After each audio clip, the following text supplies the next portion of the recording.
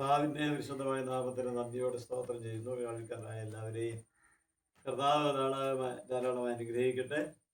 കർത്താവിൻ്റെ വരവിൽ പ്രത്യാശയോടെ നമുക്ക് ദൈവസന്നിധിയിലായിരിക്കാം. ദൈവത്തിൻ്റെ വചനമാണ് വിശുദ്ധ ബൈബിളിലെ റോമാലേഖനത്തിലെ സെന്റ് പോൾ പൗലോസിലെ പറയുന്നത്, ദൈവത്തെ സ്നേഹിക്കുന്നവർക്ക് നിർണയപ്രകാരം വിളിക്കപ്പെട്ടവർക്ക് എല്ലാം നന്മയ്ക്കായി കൂടിയിരിക്കും, സകലതും നന്മയ്ക്കായി.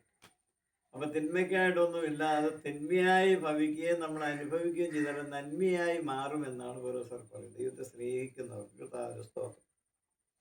ഒരു രാജാവ് തൻ്റെ മകളെ വിവാഹപ്രായം എത്തിയപ്പോൾ ഏകമകളായി ഇവളെ ഒരു കരുത്തനായ ഒരു യുവാവിന് വിവാഹം കഴിച്ചു കൊടുക്കണമെന്ന് തീരുമാനിച്ചു.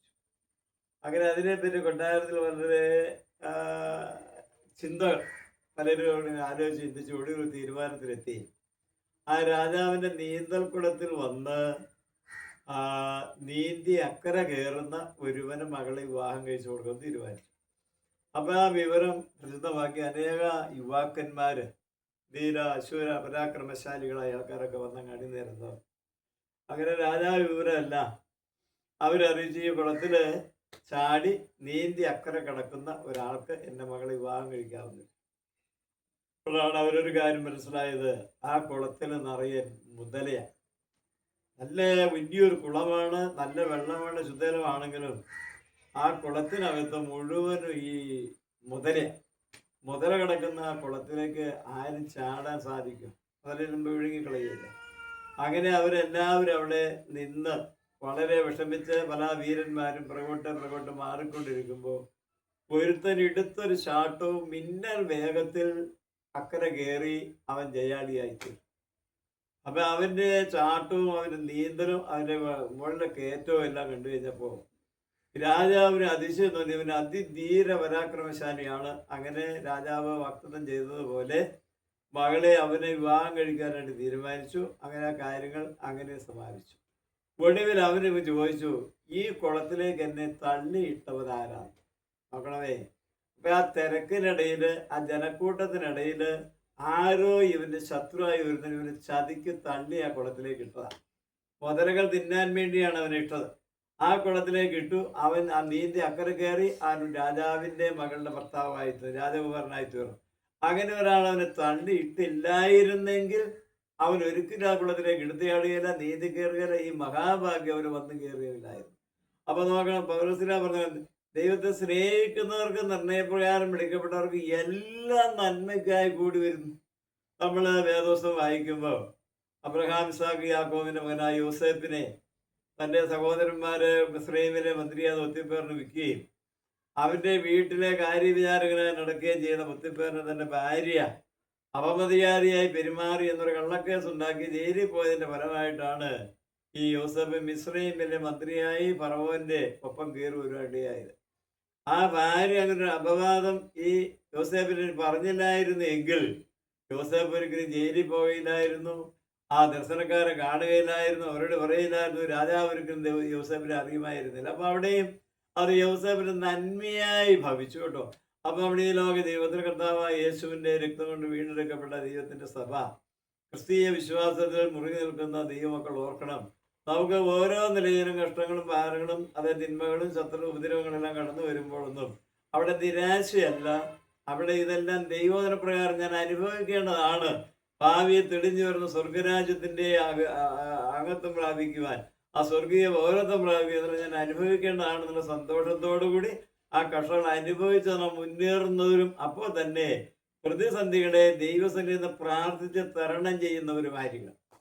ഒരിക്കലൊരു ധനാഢ്യനായ ഒരു മനുഷ്യന്റെ മുറ്റത്ത് പരിസരവാസികളായ കുട്ടികളെല്ലാം ഇങ്ങനെ ധാരാളം കളിക്കാനായിട്ട് കൂടി വരും. അങ്ങനെ വന്ന കുട്ടികൾ കൂടുതലായി കഴിഞ്ഞപ്പോൾ അതൊരു ശല്യമായിട്ട് ആ മനുഷ്യന് തീർന്നു. അപ്പൊ അവരെ എങ്ങനെയാണ് ഇത് ഒഴിവാക്കേണ്ടതെന്ന് ഓർത്ത് പുള്ളി വളരെയേറെ ചിന്തിച്ച് അതിൻ്റെ ഒടുവിൽ അദ്ദേഹം പറഞ്ഞു, എൻ്റെ ഈ മുറ്റത്ത് കളിക്കാൻ വരുന്ന കുട്ടികൾക്കെല്ലാം ഞാനൊരു 10 രൂപ വെച്ച് തരാൻ തീരുമാനിച്ചിരിക്കുകയെന്ന്. അപ്പൊ എല്ലാവർക്കും 10 രൂപ വെച്ച് കൊടുത്തു. അങ്ങനെ കുറെ ദിവസം കഴിഞ്ഞപ്പോൾ അദ്ദേഹം പറഞ്ഞു, ഞാനിത് 5 രൂപയാക്കി തരാൻ തീരുമാനിച്ചിരിക്കുന്നു. അങ്ങനെ അതിന് 5 രൂപയാക്കി കൊടുത്തു. അത് കഴിഞ്ഞ് കുറെ കഴിഞ്ഞപ്പോൾ അദ്ദേഹം പറഞ്ഞു, ഞാൻ 2 രൂപയാക്കി തരാൻ തീരുമാനിച്ചിരിക്കുന്നു. അതും കൊള്ളയെ സംബന്ധിച്ച് 2 രൂപ മേടിച്ചു. കുറെ കഴിഞ്ഞപ്പോൾ അദ്ദേഹം പറഞ്ഞു, ഇനി എൻ്റെ മുറ്റത്ത് കളിക്കാൻ വരുന്നവർക്ക് ഞാൻ പൈസ ഒന്നും തരികയില്ല എന്ന്. അപ്പം പിള്ളേർ പറഞ്ഞു, എന്നാൽ ഇനി ഞങ്ങൾ ഇനി കളിക്കാൻ പറ്റില്ല. അങ്ങനെ പിള്ളേരെ ഒഴിവായി. യഥാർത്ഥത്തിൽ ആ പിള്ളേരെ ഒഴിവാക്കാൻ വേണ്ടിയാണ് പുള്ളി ഇത് ചെയ്തത്.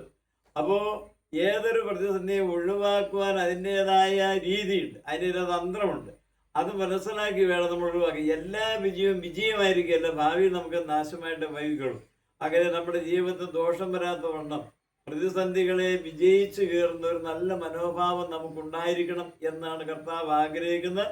അതിൻ്റെതായ ഒരു മാതൃകയാണ് കർത്താവ് നമുക്ക് കാണിച്ചു തന്നത്. ഓർക്കണമേ, തരാപുരത്തിലെന്ന മനോഹരമായ ആ സ്വർണ്ണ കൊട്ടാരവും അതിൻ്റെ തെരുവ് കൂടി ഒഴുകുന്ന ജീവജല നദിയും അതിൻ്റെ നീര് നിൽക്കുന്ന വൃക്ഷങ്ങൾ 12 വർഷങ്ങൾ അതിൻ്റെ ഫലങ്ങൾ ഇതെല്ലാം ഭക്ഷിച്ച് അതേ കോടാനുകോടി വിശുദ്ധന്മാർ, ആയിരന്മാരും ദൂതന്മാരും കർത്താവൻ ദൈവത്തോട് ഒരുമിച്ചുള്ള ആ മനോഹര ദേശത്തെ വാസം നമ്മളൊന്ന് ഓർക്കണം. കോടാനുകോടി വർഷമാണ് എന്നുള്ള കാര്യം നമ്മൾ മറന്നു പോകരുത്. ആ മനോഹര ദേശം നമുക്ക് തരുവാൻ വേണ്ടി, ആ ശോഭനമായ ഭാവി നമുക്ക് ഉണ്ടാകുവാൻ വേണ്ടി, അത് നമ്മൾ സ്വന്തമാക്കി തരുവാൻ വേണ്ടി നമുക്ക് വേണ്ടി കാൽവറിയിലേക്ക് ക്രൂശുമായ യേശുവിൻ്റെ കഷ്ടാനുഭവങ്ങളെ നമ്മളൊന്ന് ഓർക്കണം കേട്ടോ. കണ്ണുകള്ളന്മാർ നടുവിൽ ചങ്ക് തകർന്ന് നുറുങ്ങി വേദനയാൽ പറയുന്ന യേശുവിനെ ഓർത്തുകൊണ്ട് നമ്മുടെ ആത്മീയ ജീവിതം വിജയകരമാക്കണം. ദൈവത്തെ സ്നേഹിക്കുന്നവർക്ക്, നിർണയപ്രകാരം വിളിക്കപ്പെട്ടവർക്ക് എല്ലാം നന്മയ്ക്കായി കൂടി വരിക്കുന്നു. കർത്താവിന് സ്തോത്രം. ഇവരുടെ പാട്ട് പാടി ഞാൻ അവസാനിപ്പിച്ചോളാം കേട്ടോ.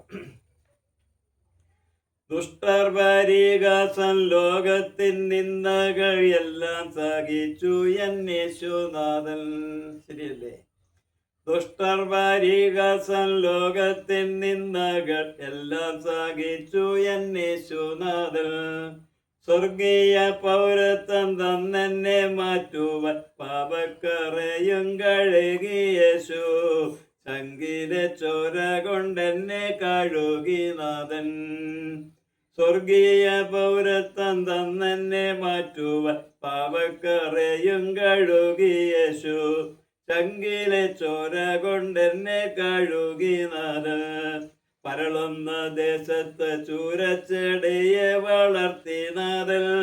ഏലിയാവൻ ദാസനു തണലേഖനായി വളർത്തി കാത്ത്. ഇസ്രായേൽ മക്കളും ആഹാബൻ രാജാവും മാനിച്ചില്ല. ഏലിയാവെ നോക്കി വരുന്നു ദൂത്. അപ്പവുമുണ്ട് ഇറച്ചിയുമുണ്ട്. ദാഹമകറ്റുവാൻ ജീവജലവുമുണ്ട്. ഏലിയാവിനെ ഇസ്രായേൽ മക്കളും ആരും മാനിച്ചില്ല എങ്കിലും അപ്പോൾ ഇറച്ചിയും ഒക്കെ കൊടുത്ത് മാനിച്ച് സ്വർഗത്തിന് രഥമിറക്കി തേര് കയറ്റി അതേ സ്വർഗത്തിലേക്ക് ദൈവം നമ്പരാൻ കൊണ്ടുപോയി. പ്രിയമുള്ളവരെ, കർത്താവിന് വേണ്ടി നിൽക്കുന്ന ഒരുവിൻ്റെ ജീവിതത്തിൽ പരാജയം കടന്നു വരികയില്ല. കർത്താവ് നോക്കി അവനെ രക്ഷിക്കുകയും അവൻ്റെ ജീവിതത്തിൻ്റെ സന്തോഷകരമായിരിക്കുകയും ചെയ്യും. ശോഭനമായ ഭാവി ദൈവം നമുക്ക് ഒരുക്കിയിരിക്കുക. ആ മനോഹര ദേശത്തെ നമുക്ക് തരുവാൻ വേണ്ടി കാൽവറിയിൽ യാഗമായ യേശുവിനെ മറന്നൊരു പ്രവൃത്തിയും ചെയ്യാതെ ദൈവരാജ്യത്തിന് വേണ്ടി ഉണർന്ന് പ്രവർത്തിക്കാൻ പുതുവർഷം നമുക്ക് എല്ലാവർക്കും ഇടയാകട്ടെ എന്ന് പറഞ്ഞുകൊണ്ട് ഞാൻ എൻ്റെ വാക്കിനെ ചുരുക്കുന്നു. സ്തോത്രം.